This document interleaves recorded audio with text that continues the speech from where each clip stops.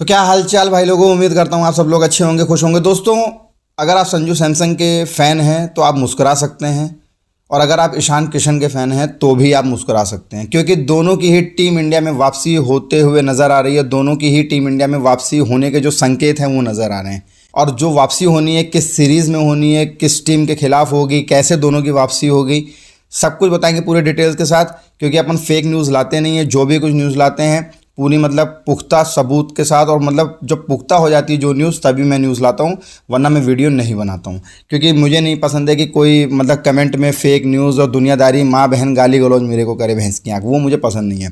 तो दोस्तों वीडियो शुरू करते हैं। उससे पहले अगर आप मेरे चैनल पर पहली बार आएँ तो प्लीज़ चैनल को सब्सक्राइब कीजिएगा, वीडियोज़ को लाइक कीजिएगा, शेयर कीजिएगा। तो दोस्तों, वैसे तो उम्मीद ये जताई जा रही है कि 95% उम्मीद ये है कि दोनों की ही टीम इंडिया में वापसी हो सकती है, संजू सैमसन की भी, ईशान किशन की भी। लेकिन अगर दोनों की वापसी नहीं हो रही है तो इन दोनों में से किसी एक की तो किस्मत चमकेगी ही चमकेगी, और अगर किसी एक की किस्मत चमकती और दूसरा अगर ड्रॉप हो जाता है टीम इंडिया से, तो फिर भाई आप ये मान के चलो कि जो ड्रॉप होगा उसका लगभग टीम इंडिया का से जो क्रिकेट का करियर है वो ख़त्म हो जाएगा। क्योंकि इससे ज़्यादा बेहतर और इससे ज़्यादा मतलब अच्छी अपॉर्चुनिटी नहीं मिल सकती है वापसी करने की। वैसे तो देखा जाए दुलीप ट्रॉफी में भाई साहब ईशान किशन भी चमके, संजू सैमसन ने भी मतलब एक सैकड़ा मार दिया, ईशान किशन ने भी एक सैकड़ा मार दिया।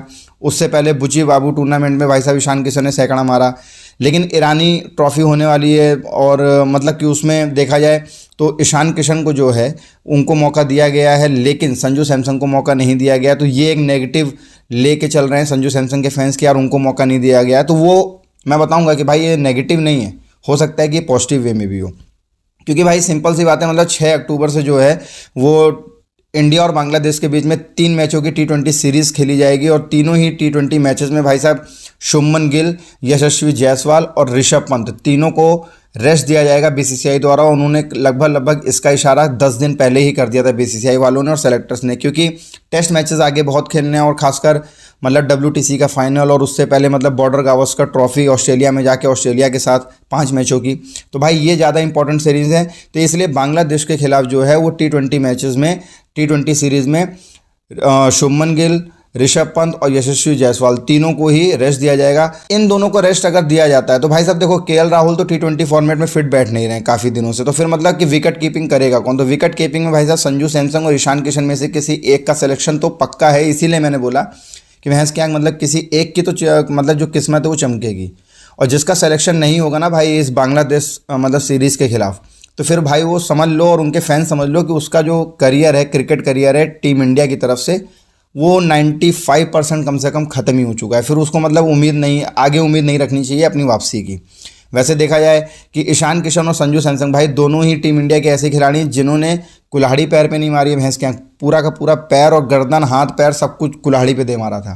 क्योंकि संजू सैमसन को मौका दिया जीजी एरा में, जब गौतम गंभीर न्यू हेड कोच बने तो उन्होंने मौके दिए, और भाई साहब 3-0 2-0 में तुम आउट हो रहे हो, 2-2 बार 3-3 बार तुम 0 पे आउट हो रहे हो।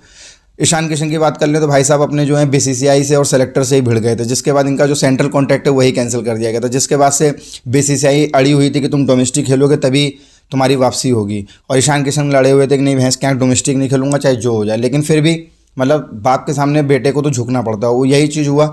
ईशान किशन जो है वो झुके और डोमेस्टिक खेला, बुची बाबू टूर्नामेंट में अच्छा परफॉर्मेंस किया, दुलीप ट्रॉफी में अच्छा परफॉर्मेंस किया, और ईरानी ट्रॉफी में भाई साहब अब उनका सिलेक्शन हो चुका है।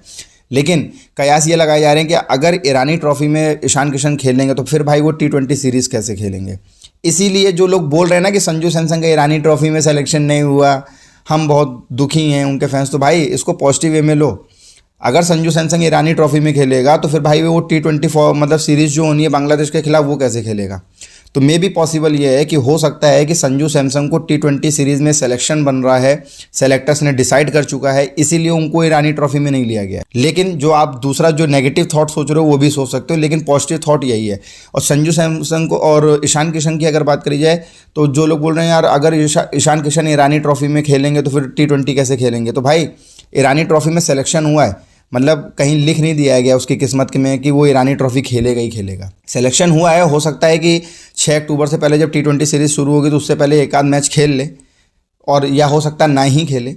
अभी सिर्फ सिलेक्शन हुआ है। तो फिर अगर सिलेक्शन हुआ है तो हो सकता है कि अगर उसका सिलेक्शन T20 सीरीज़ के लिए हो जाता है बांग्लादेश के खिलाफ, तो फिर वो बांग्लादेश के खिलाफ खेल लेगा। तो भाई देखो, दोनों में से किसी एक की किस्मत तो पक्का मतलब चमकनी है। लेकिन मुझे जो उम्मीद लग रही है वो ये कि हो सकता है कि दोनों की ही वापसी हो जाए, क्योंकि भाई देखो, शुभमन गिल को भी रेस्ट, ऋषभ पंत को भी रेस्ट, यशस्वी जायसवाल को भी रेस्ट, रोहित शर्मा भाई साहब मतलब अपने गिरधारी भैया जो है T20 फॉर्मेट से संन्यास, विराट कोहली संन्यास। तो भाई देखो, मतलब इतने लोग नहीं हैं जो मतलब रेगुलर बेसिस में टीम इंडिया से खेलते हैं। तो भाई मतलब कि हो सकता है कि ईशान किशन को जो है वो एज अ ओपनर खिला लें, क्योंकि ना गिल खेलेंगे और ना ही यशस्वी जायसवाल खेलेंगे।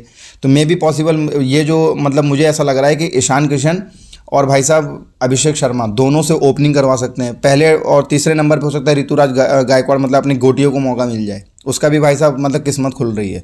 और फिर संजू सैमसन को हो सकता है मिडिल ऑर्डर में सेट कर दें हमारे सेलेक्टर्स बांग्लादेश सीरीज़ के लिए। और जो लोग भाई परफॉर्मेंस करेंगे उनको आगे उम्मीद रखनी चाहिए कि हमारा सिलेक्शन बनेगा। और जो लोग भाई इस बांग्लादेश सीरीज़ में परफॉर्मेंस नहीं करेंगे, फिर चाहे वो ईशान किशन हुए, अपना गोटिया हुआ, अपने संजू सैमसन हुए, अभिषेक शर्मा हुए, तो फिर भाई वो अपनी उम्मीदें छोड़ दो और लगभग अपना करियर जो है वो ख़त्म ही समझो। तो दोस्तों ये थी पूरी न्यूज़। हो सकता है कि ऋषभ पंत और संजू सैमसन दोनों का ही वापसी हो जाए टीम इंडिया में, मुझे ऐसा लगता है, क्योंकि भाई बहुत लोगों को रेस्ट दिया जाएगा तो भाई फुलफिल तो करना है ना, 11 खिलाड़ी तो खिलाने हैं ना। सिलेक्शन हो सकता है कि दोनों का हो जाए, हो सकता है कि प्लेइंग 11 में दोनों खेलें, हो सकता है प्लेइंग 11 में एक ही खेले, वो बात एक अलग है। लेकिन 15 के स्क्वाड में दोनों का नाम होगा। दोस्तों आप लोग का क्या कहना है, आप लोग कमेंट करना, और वीडियो अच्छा लगा हो तो प्लीज़ चैनल को सब्सक्राइब करना, वीडियोज़ को लाइक करना, शेयर करना। तब तक के लिए वीडियो कहीं पर समाप्त करते हैं। जय हिंद, जय भारत।